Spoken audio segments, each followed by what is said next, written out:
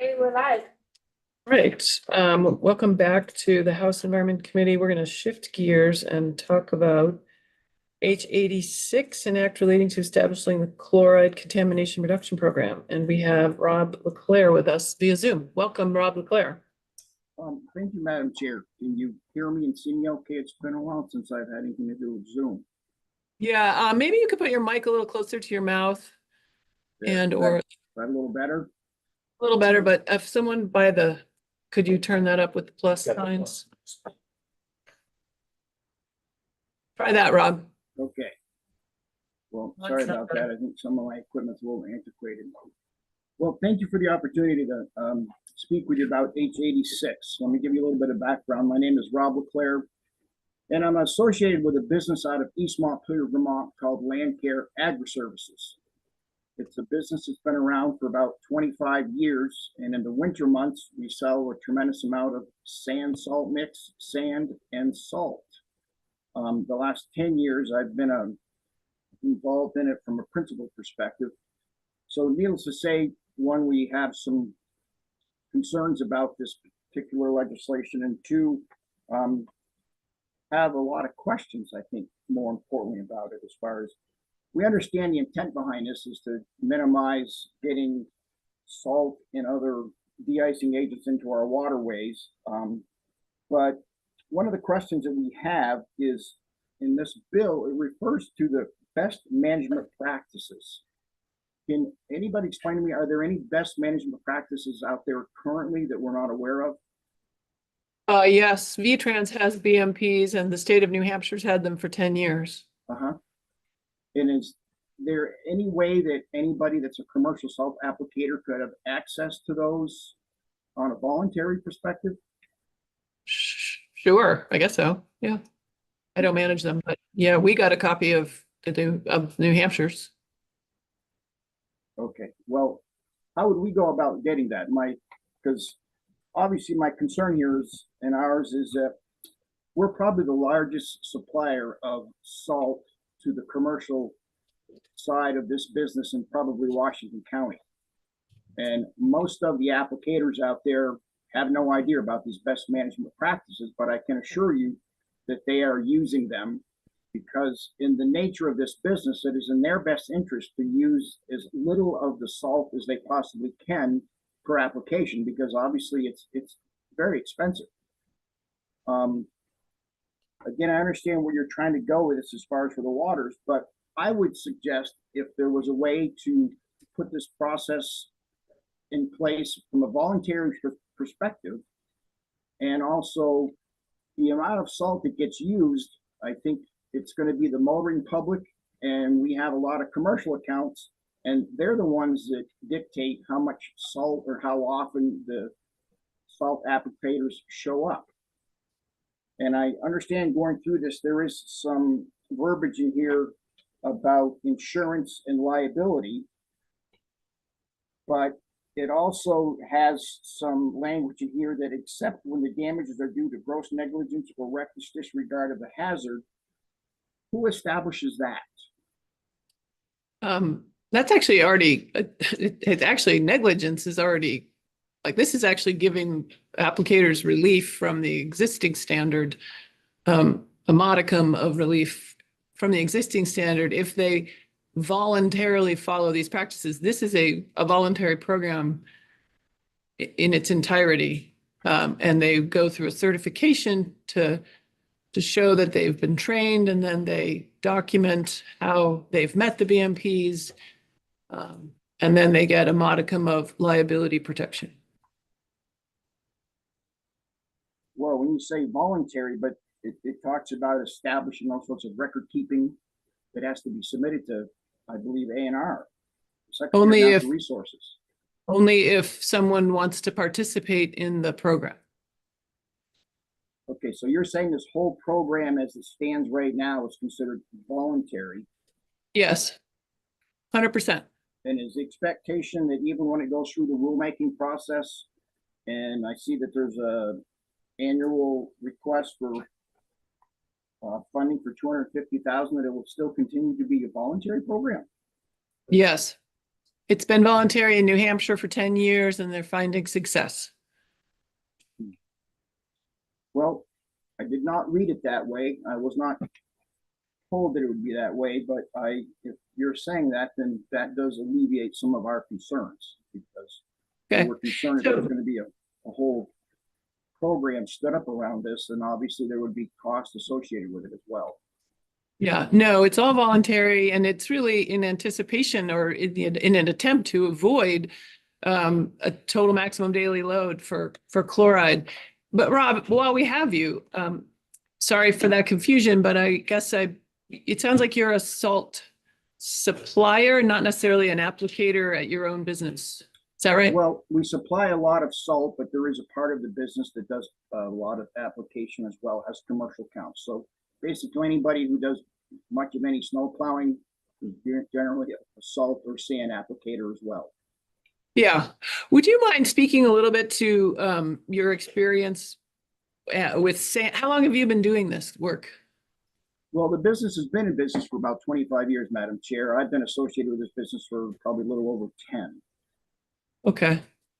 I guess we've been sort of interested in whether or not there would be locations where sand could be as effective or more effective than salt, but for potential sort of perceptions of sand.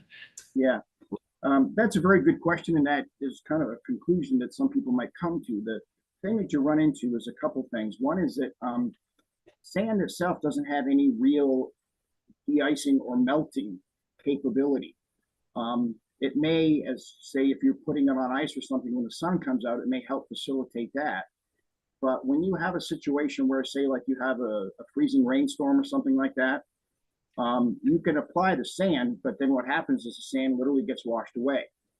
And what we've run into over the years is you'll have a lot of commercial accounts that they don't want the sand because of the mess that it can make with their customers coming in and out. And then obviously in the spring, you have a lot of cleanup left over. And quite often a lot of that sand can wind up in your streams. It goes along with your storm water. Yeah. Well, though maybe the ice, people are of the opinion now that they want to have bare roads and they want to have bare parking lots. Yeah. We do sell a lot of sand and salt, but generally it's more for the type of driveways that say aren't paved or more the residential, not a lot for the commercial. Yeah. Well, do members have questions for Mr. Leclerc? Representative Austin. So, we've run into the federal government, the EPA, looking at our total maximum daily amount that goes into our waters that end up in the Connecticut River and Lake Champlain. And I'm just wondering what your solution would be to avoid having the federal government and, hurting our clean water. What would your solutions be to limiting the salt? That really is the question, isn't it? And I guess I would start out by saying just using less of it. The state, as in AOT, is probably the single largest user of salt in the state. And I think honestly, it's going to be a bit of a campaign to talk to the motoring public and the general public about, now people are looking for bare roads, but it may be at a point where you might have to deal with a little bit of snow on the roads. Same thing with some of these parking lots in areas like that.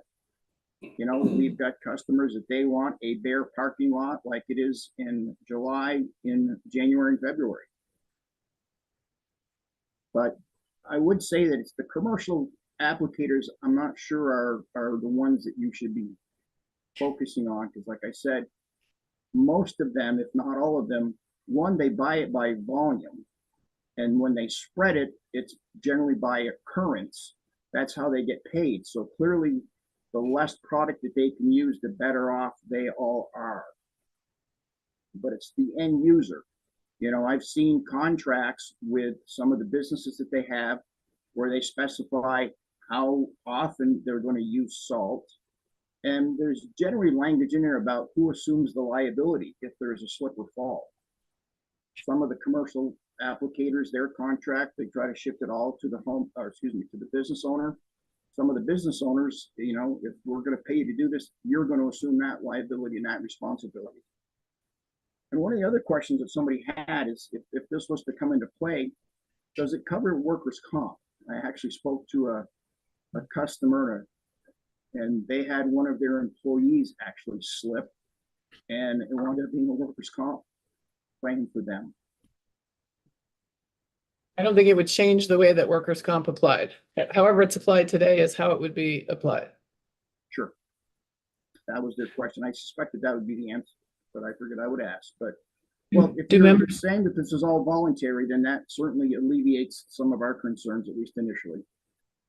Okay, great. Representative North. Given the fact, thank you, Rep. LeClaire, for Rob LeClaire. I understand you were a previous representative. Is that true? I was, yes. Well, welcome back to the House. Thank you. First trip back, actually.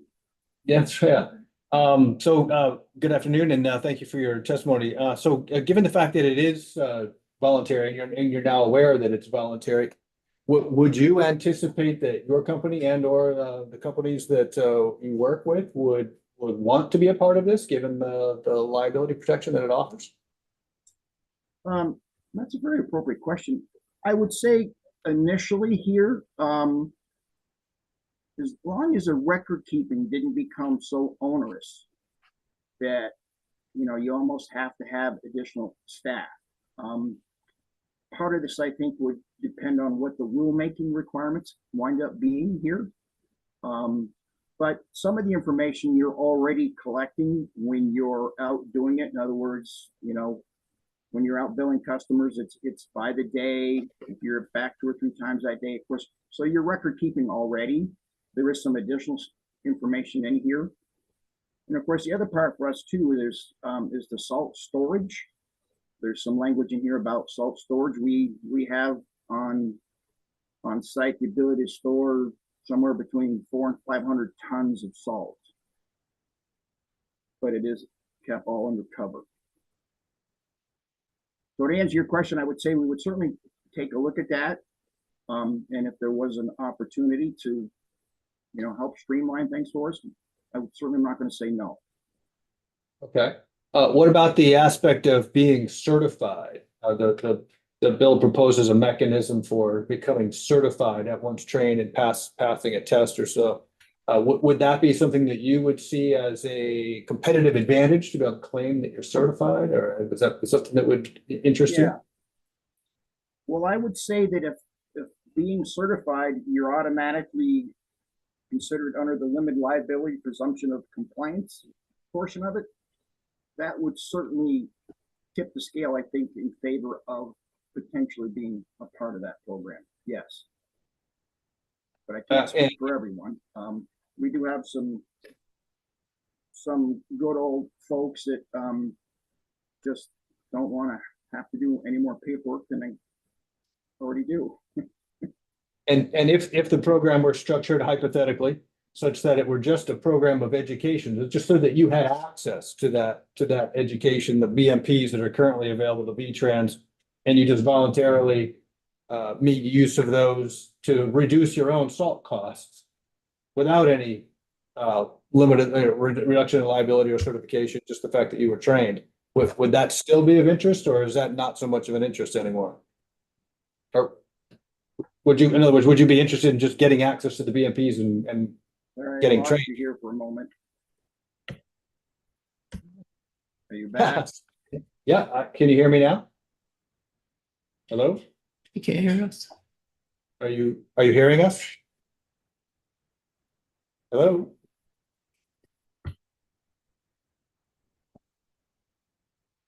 Hello? Oh, we lost him. Okay. Oh, well. Oh, it was a try. All right. Well, we have one more item on our agenda. Now, We can, yes. Yeah. uh, Shall we try that one more time? Sure. Okay, So I need to upgrade hypothetically, my if the- technology here. can you hear me now? Can you hear us now, Rob? Nice to unplug his, Yeah,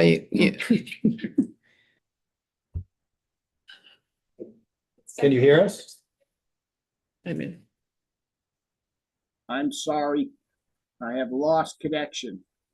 you need to, yeah, well, you need to Can you hear me? unplug Last thing I want to say is I want to say thank you to Representative Del Fetty for letting us know that this was going to be happening. I appreciate the opportunity to testify and sorry, but thank you. Yeah, thank you for joining us today. Question. Yeah. This morning, I don't know, 7 o'clock, 8 o'clock, I looked at the agenda. There were Representative Leclerc and 4 other people on it. They were invited guests. They're good. The other 4 are gone. They didn't respond. They didn't respond. To their They invitation. don't get on the agenda until they It respond. says invited. That's what invited means. They haven't responded yet. so they could still respond and get on the agenda at a later date. I mean, Still maybe, yeah.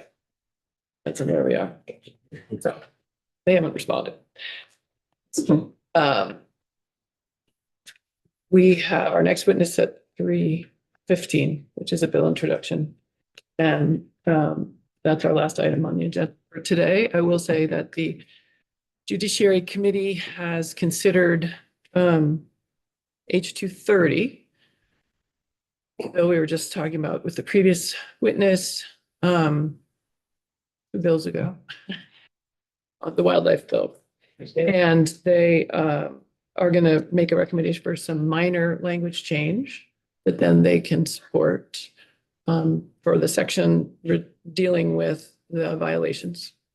So stay tuned for that. And then they will be taking up the chloride bill. Actually, now they're taking it up. So just an update on those bills in the Judiciary Committee. And please stick around, but we can take a break for 5 minutes, but don't go too far or don't go anywhere because we have a member coming to join us to introduce a bill.